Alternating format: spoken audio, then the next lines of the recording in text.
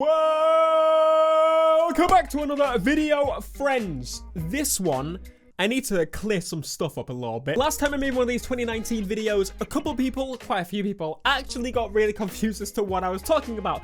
I am trying to design the best Need for Speed ever. Doesn't mean this is all going to be real, doesn't mean it's going to be a thing, but it does mean that this is what I would love to see in the next game or in future Need for Speed titles. Last time we were talking about multiplayer, specifically, not that I want just multiplayer. No. So without further ado, today we are talking about clubs and territory. And you're like, what? Let's step back a little bit and talk about the base of clubs. Why do I want them in the game? The basics of what they'll do, yada, yada, yada. In its most primary form, what I want it to be able to do is to allow people to play games together super easily. For when I do live stream stuff, make it so much easier. For example, I want to be able to invite them to a free roam session, invite them into a speed list, invite them to a multiplayer lobby, and also when you do events with someone else to compare to with auto log, for example, it's usually friends and then public. You can have friends, club, then public, because it expands your pool. If you don't really have a large group of friends, it allows you to mingle with other people, and that's what developers want. That's what you want. Let's get it going. But that's the basics. What I do want though is to expand on this club system. Whether this is going to be possible, there's a heck of a lot of that stuff that I would love to happen in clubs in this game. I don't think it's all going to happen, but again, this is just stuff for the future reference, possibility in the future. Forza Horizon 4 has clubs, and there is a big issue with it, especially in the latest game. So one major problem that system has is it's pretty much how many other players you've got in your club. That means how well you do. So that's why there's probably a cap on it. Otherwise, there might not be a cap. But to bring it down as much as possible, they still put a little bit of a cap on there just to make it so you don't cry at night. Well, I think the system in general is totally broken. To compare people based on XP when there's been XP exploits within the first week of your launch of your game, it's a bit of a problem. So what we need to do is come up with a system, a whole game based on ranking clubs, and I think it's a cracking one that I've come up with, because people will jump into the game a little bit later, because people may jump in after the early release or what. There's so many situations where people could jump into this game a little bit late or want to restart or something, or make a new club. For instance, they're not going to beat the giants that are already there per se. Well, I've figured out a system that makes it a little bit easier for everyone involved, taking from Forza's kind of idea of rewarding you for everything, but not going overly obsessive like Forza has done. So each club will be able to do anything they want to level up per se. So there'll be kind of an overall level and a publicly kind of battle level that will be the one that we're going to talk about a little bit later. But this primary level stuff will be rewarding you for doing certain things. For example, you will unlock special cars, special parts, special neon kind of underglow, all that type of stuff. Not only those, but also special rewards that go onto your club profile. Now, these club profile things, you can reorganize them. They'll kind of be like tiles or license plates that you scroll through. You get to choose like your top 5, and then it has all of your catalog if you want to press more. It just gives you an idea of what this club is capable of. And there should be so many different tiles.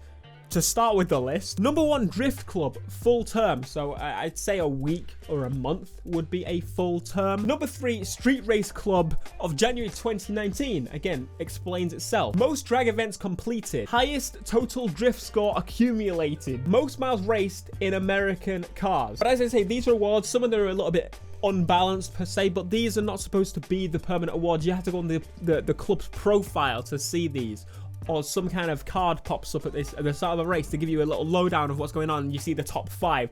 It depends on what they want to display as priority. For example, if they're dominating that month, show that card. But this is where I was getting to with the first point. So obviously with Forza, it's a constantly dynamic changing thing, and depending on how many people you have an unfair advantage to being at the top of the club leaderboards.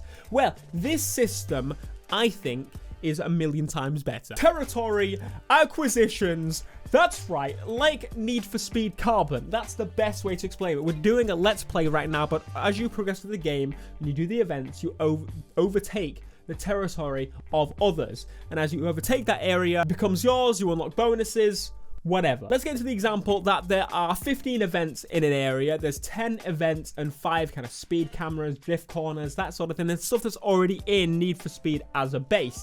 And, you know, the map's sectioned off. For example, there's the beach area, or there's the mountains, or there's, you know, whatever, the desert. If the Knobheads Club takes over 10 events, dominates them for that week, all participating members will receive money and XP for owning that turf.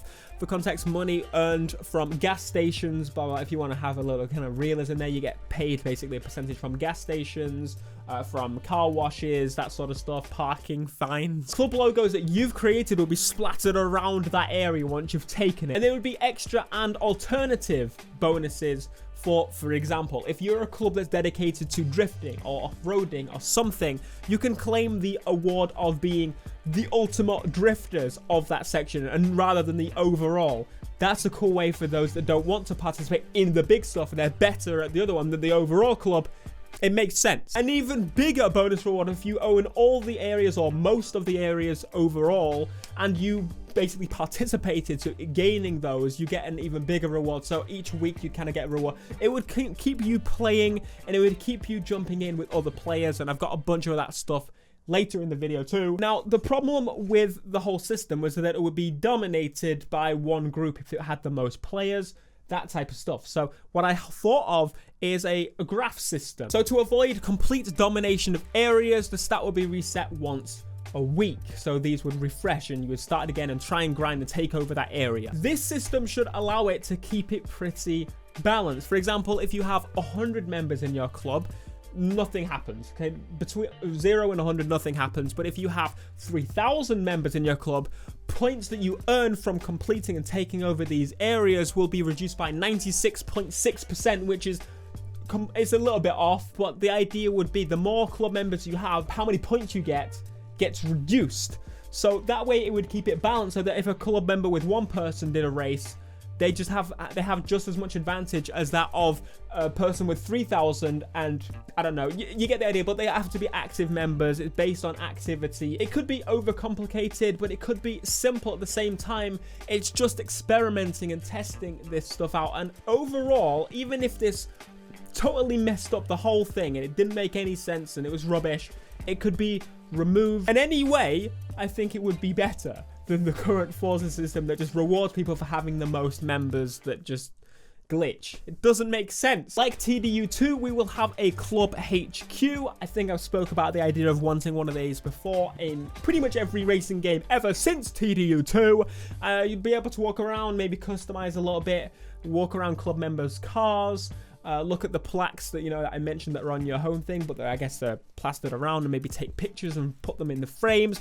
Just little details like this. But in this place will be special cars that you've unlocked as a group, together with your friends, that you can race with, and kind of loan almost. And then one of the major points that I think would be one of the biggest things I want from the club idea in this game is that if you have a system like Juiced, for example, this would be a calendar. This is how you do the events on Juiced. You select one and it's different type of events.